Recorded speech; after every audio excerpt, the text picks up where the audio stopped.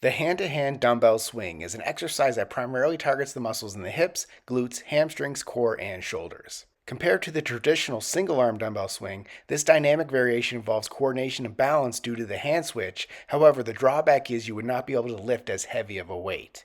Here's how to do it correctly. Stand with your feet slightly wider than shoulder width apart and toes pointed slightly outward. Grip one dumbbell with one hand. Before starting the move, tighten your abdominal muscles to stabilize your spine. Inhale as you initiate the movement by hinging at your hips and swinging the dumbbell back between your legs, keeping your arms straight but relaxed. Keep your back flat to avoid rounding your back during the swing to protect your spine. Exhale as you powerfully extend your hips and knees to swing the dumbbell forward and up to chest height using the momentum generated from your hip thrust. The power for the swing should come from your hips and glutes, not your arms. Your arms should act as a guide rather than actively lifting the weight. Once the dumbbell reaches chest height at the top of the swing, without throwing it, let go of the dumbbell, then quickly grab the dumbbell with the other hand, or just simply pass the dumbbell from one hand to the other.